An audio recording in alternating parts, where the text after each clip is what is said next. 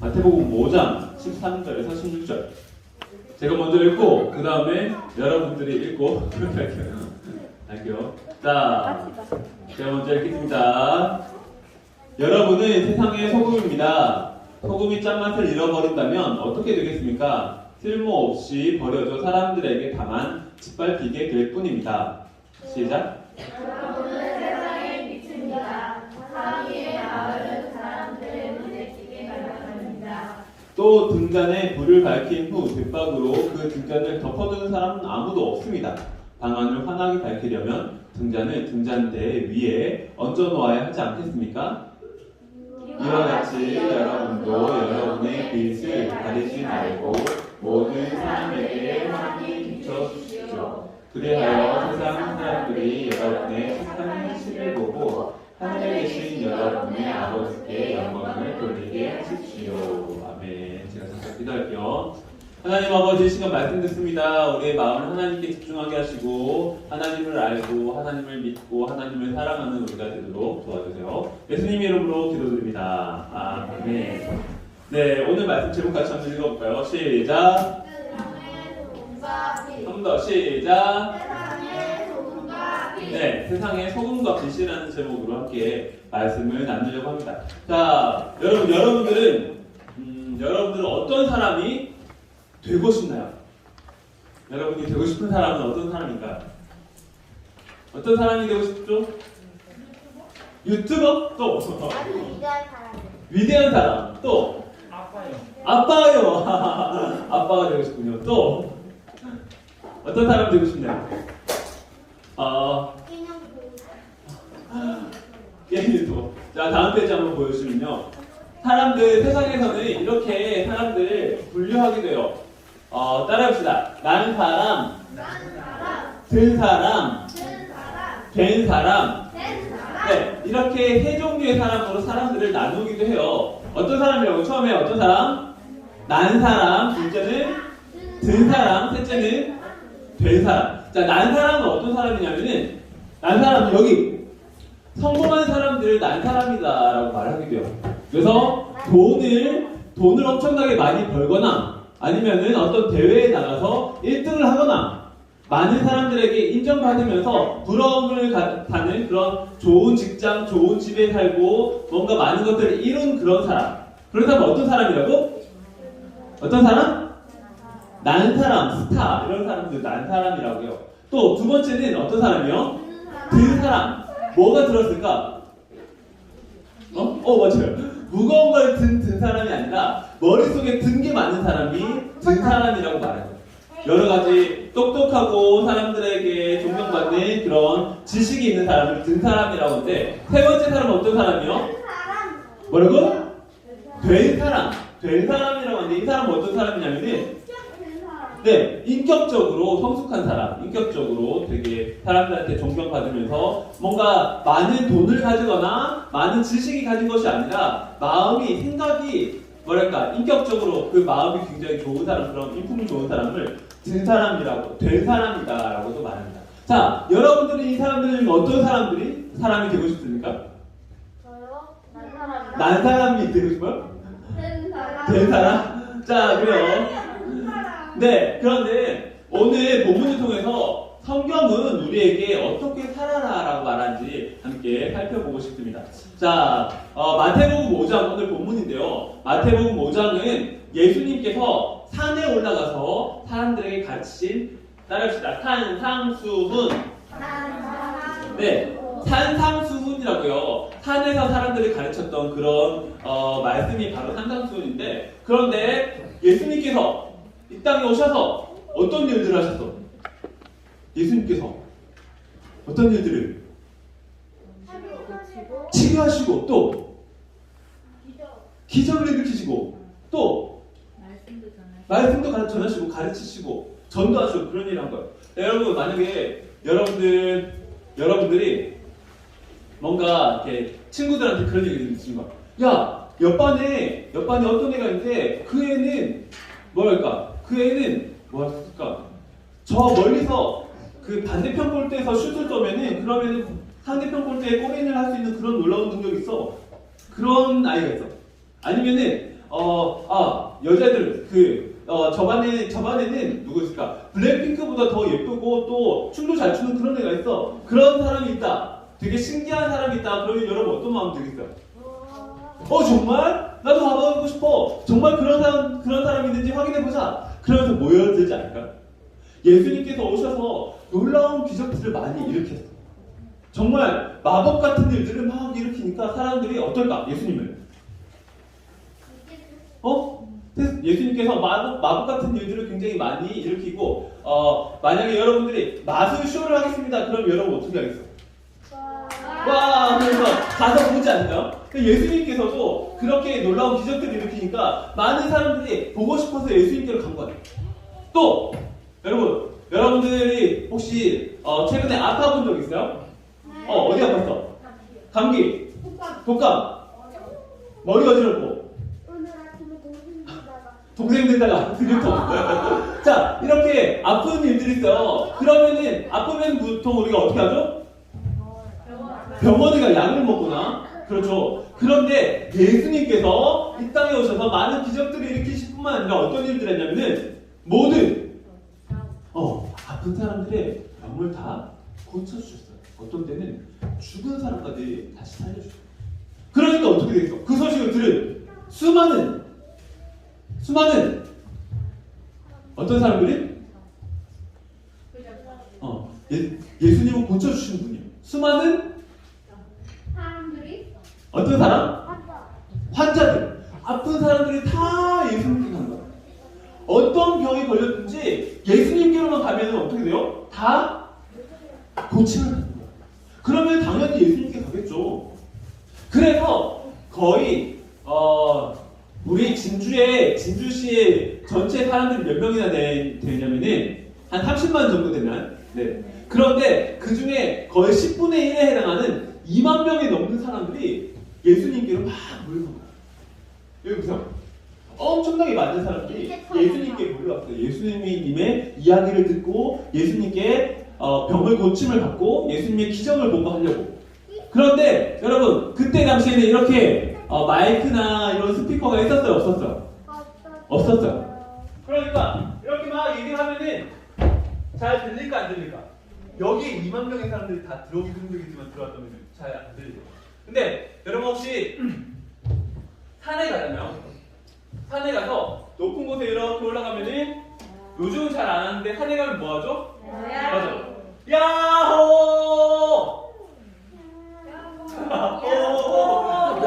여기는 잘 안 들리네. 그런데 산에 가면 메아리가 울리잖아요. 그러면서 위에서 말하면은 소리가 이렇게 타고 내려가면서 많은 사람들에게 다 들리게 되는 거예요. 그래서 예수님께서는 어디서 가르치셨다? 그 많은 사람들 산에서 가르치셨다. 산에서 가르친 게 뭐라고요? 네 글자. 산상수훈. 네, 산상수훈이다. 그래서 이 마태복음 5장이 산상수훈에 시작되는 그런 내용들인데, 그러면서 예수님께서 뭘 하셨냐면은 먼저 8개의 복에 대해서 가르치셨죠. 8복이라고 하는데, 8복, 어떤 사람이 복 있는 사람인가. 그러면서 그 복은 천국을 가지는 복, 하나님을 볼 수 있는 복, 하나님께서 주시는 그 복이 어떻게 하면 내 복이 될 수 있는지 그 8가지의 복에 대해서 말씀하셨던 거예요. 그러고 나서 8복에 대해서 얘기하고 나서 나오는 내용이 바로 오늘의 이 말씀으로서 너희는 세상이 무엇이다?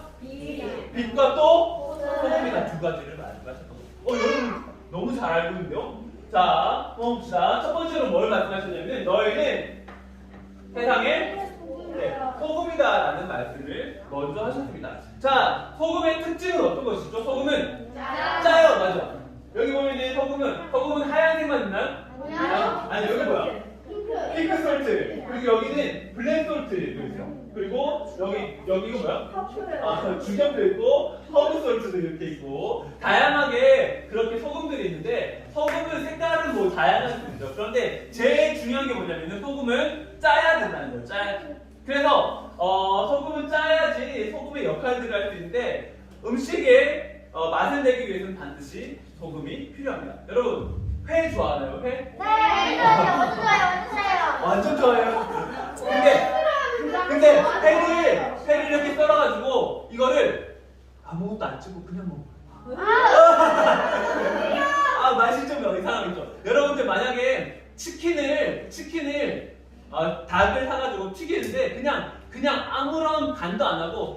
해장식이어서 먹으면 어떨까요? 맛있어요. 집사님 도와주세요. 너무 개인의 성향을, 개인의 취향을 인정은 존중합니다. 대치는 그렇지만 어쨌든 여러분 그 가슴살을 싫어하는 이유가 뭐예요? 행복해요. 아 좋아하는구나. 뻑뻑하면서 그 양념이 살에 잘 배어들지 않기 때문에 아무 맛도 안 나서 그렇게 안 좋아하는 사람들도 많이 있거든요. 그래서 어쨌든 짠맛이 소금이 음식에서 너무너무 중요하다는 거죠. 여러분 국밥 좋아합니까? 국밥? 네.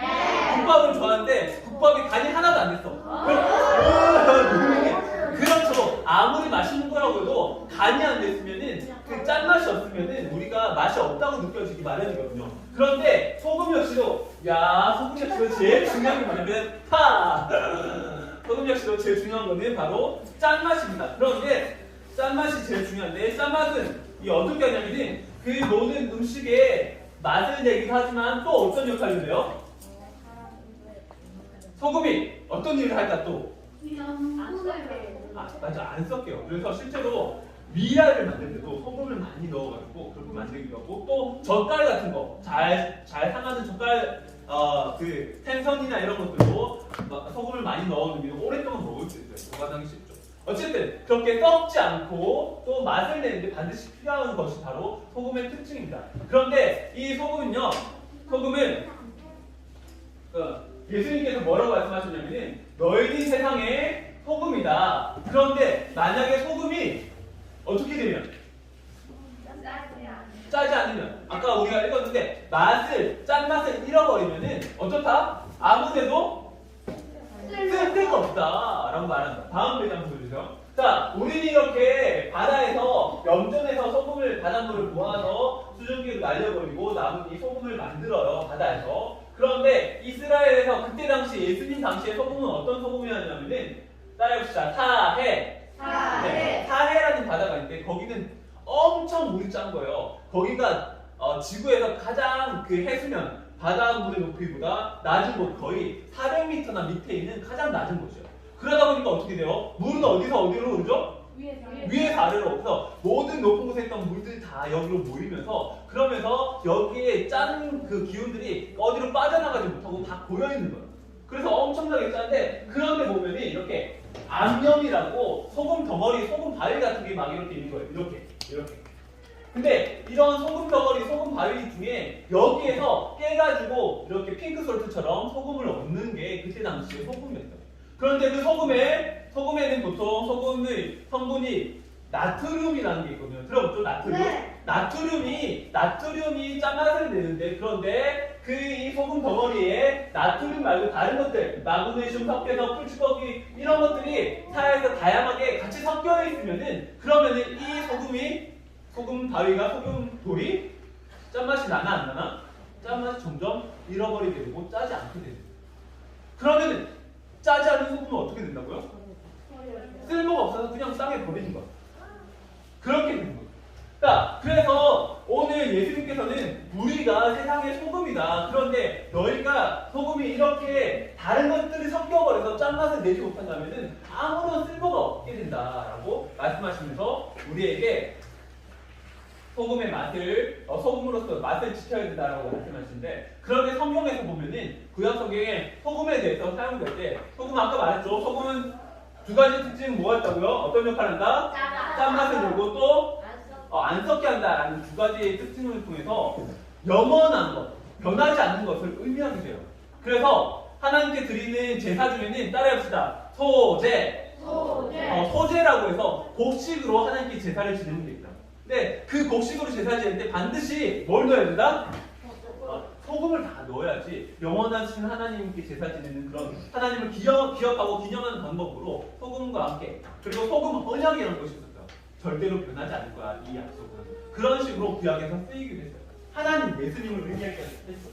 자, 어쨌든 그런 일들이 있었습니다. 그리고 예수님께서는 결국 너희가 소금의 맛을 잃으면은 세상 사람들에게 밟히게 될 것이다 라고 말하면서 두 번째 이야기를 하시죠. 자, 두 번째는 예수님께서 우리에게 무엇이라고 말씀하셨나요? 너희는 세상의 빛이다 라고 말씀을 하셨어요. 세상의 빛. 그러면서 산 위에 있는 동네, 저기 산 위에 동네가 있어. 그러면은 잘 보이겠죠. 멀리서도 높이에 있는 무언가 있으면은 그러면 잘 보이는데 여러분 서울의 남산타워라고 있는 혹시 본 적 있습니까? 네. 거기는 산 위에 높이 이렇게 솟아 있어요. 그러니까 그 서울 어디에서도 보면 다 잘 보일 수가 있다는 거예요. 산 위에 있는 동네가 다른 사람들에게 잘 보인다 뿐만 아니라 지금 우리 여기는 왜 우리가 서로를 볼 수 있죠? 빛이 있기 때문에 빛이. 만약에 여기 빛이 하나도 안 들어오고 불이 다 꺼진다면 우리 그 서로 볼 수 있을까 없을까? 전혀 볼 수가 없잖아. 그래서 그런데 빛이 빛을 이렇게 밝히는데 짠 이거 내 시계인데 여기 보면은 손전등이 있어. 자 불이 나온다. 근데 불을 켰는데 이렇게 가리면서 자 불 켜야지 불 켜서 이렇게 가리는 사람이 있어요. 그러면 아무런 의미가 없잖아. 쓸모가 없는 거. 불을 켤 필요가 없는 거죠. 그래서 등불을 켜고서 그거를 덮어두거나 가려두는 사람들이 없다. 불은 사람들 방을 밝히는데 사용되는 거야. 너희들도 어떻게? 너희들도 세상의 빛인데 그렇기 때문에 숨어있지 말고 그 빛을 숨기지 말고 그 빛을 통해서 세상을 밝혀야 된다. 밝게 빛나게 해야 된다라고 예수님께서 두 가지 예를 말씀하셨죠. 그런데 봅시다. 세상에 빛을 처음 만드신 분은 누구죠? 하나님. 창세기 1장에 3장에 보면은 빛이 3장을 보면 빛이 있으라 하면서 하나님 말씀하시니까 빛이 없었다가 빛이 생기게 된 거야. 빛을 만드신 분 누구? 하나님. 그리고 또 어떤 일이 있었냐면은 출애굽할 때 9번째 재앙이 있습니다. 출애굽할 때 몇 가지 재앙이 있었죠? 10가지의 재앙이 있었는데 9번째 재앙이 뭐냐면 하나님께서 모세를 통해서 이집트 땅에만 어둠이 있어라 그렇게 말씀하셨어요. 그럼 어떻게? 여러분 여기 만약에 지금 이쪽 그 뒤쪽에 있는 불을 끄고 여기만 불을 켜본다고 생각합시다. 그러면은 어두워지나요 완전히? 빛이 있어요. 빛은 거기 있지만 그 빛이 여기로 온단 말이에요. 그런데 신기하게도 이집트 땅에는 빛이 어둠이 있고 여기 바로 이스라엘 사람들이 사는 고센 땅에는 바로 빛이 있는 거예요. 이건 정말 있을 수 없는 일인 거예요. 하나님께서 그렇게 만드신 거예요. 이것을 통해서 알 수 있는 것은 뭐다? 하나님께서 빛을 주관하시고 다스리신다는 거예요. 뿐만 아니라 아모리라는 사람들과 출애굽한 사람들은 아모리라는 나라 사람들과 싸우게 되는데 그때 하나님께서 어떻게 하셨냐면은 태양을 하늘 꼭대기에 있는 태양을 거기에서 내려오지 않도록 멈추게 하루 종일 반나절 동안 거기 머물게 하셨던 거예요. 신기하죠? 해가 내려오지 않아요. 그렇게 빛을 하나님께서 다스리시고 또 히스기야라는 왕 때도 해를 오히려 뒤로 가게 하셨던 거예요.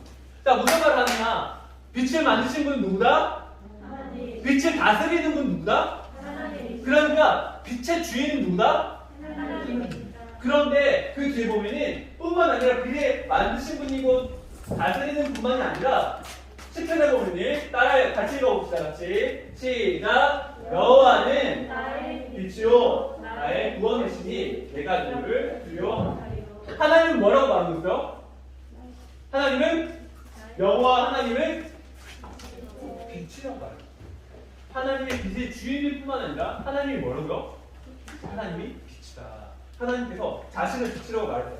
그리고 다음 페이지 한번 보여주세요. 자, 참 빛. 그 빛이 세상에 그 빛이 있었다. 그 빛이 세상에 왔고 그 빛, 세상의 모든 이들에게 빛을 비췄다. 참 빛. 이 참 빛인 그분은 어떻게요? 세상에 있었고 세상은 그분을 통해서 지음을 받았다. 빛이 세상을 만들었다는 거예요. 하나님은 세상을 만들었어. 세상은 그분을 알지 못했다. 그분이 몸소 빛이신 그분이 몸소 어떻게 자기의 땅에 오셨다. 누구죠? 빛이 이 땅에 오셨어. 하나님이 이 땅에 오셨어. 누구예요? 예수님이요. 맞아요. 그러면서 다음 페이지 한번 보여주시면 예수님이 뭐라고 말씀하셨냐면 나는 세상의 빛이다. 나는 생명의 빛이다 라고 말씀하시면서 예수님 자신이 빛이라고 말씀하셨다. 자, 말씀을 정리하겠습니다. 예수님께서 우리에게 말씀하셨어요. 너희는 세상의 빛이다. 그런데 여러분은 세상의 빛입니까? 여러분 세상을 반짝반짝 밝게 빛내고 있나요? 밝히고 있나요? 다음 페이지 한번 보여주면은 정말 우리가 빛인가? 또 다음 페이지 한번 보여주세요. 우리는 빛이 아닐 때가 훨씬 많아요. 우리 안에 보면은 지금 우리 막내 하원이라고 있는데 걔는 아직 말도 잘 못해요. 그런데 걔가 제일 잘하는 게 뭐냐면은 얘가 이렇게 앉아있거나 누워있어. 그러면 하원이가 와가지고는 빵! 발로 차고 안 가르쳐줬는데 때리고 막 이런 걸 더 잘하는 거예요. 여러분 다른 사람들을 미워하는 게 쉬워요? 사랑하는 게 쉬워요? 그쵸. 감사하는 게 쉬워요? 불평하는 게 쉬워요? 그쵸. 뭔가 거짓말하는 거 너무너무 자연스럽잖아요. 그쵸. 우리는 스스로 봤을 때 우리는 빛이라고 말하기 너무나도 부족합니다. 우리에게 너무나도 많은 죄가 있는 거예요. 우리가 빛입니까? 여러분 빛인가요? 여러분 빛이라고 여러분 스스로 자신감 있게 말할 수 있겠습니까? 나는 빛이야! 그런데요, 금방 말했죠? 빛이 누구라고 했어요? 누가 빛이라고요? 예수님이 빛이시고 하나님이 빛이세요. 그 빛이 지금 어디 있어요? 하늘. 또 예수님이 어디 있어요? 우리의 마음속에 있기 때문에, 그렇기 때문에 예수님께서 너희는 세상의 빛이다. 영원하신 분은 다 누구예요? 하나님밖에 없어요. 그런데 영원하신 하나님이 우리 안에 있기 때문에 너희는 영원한 소금이야 세상에. 그렇게 말씀하십니다. 그런데 빛이고 소금인데 어디에서라고 했어요? 어디에서? 세상의 빛과 세상의 소금이라고 했어요.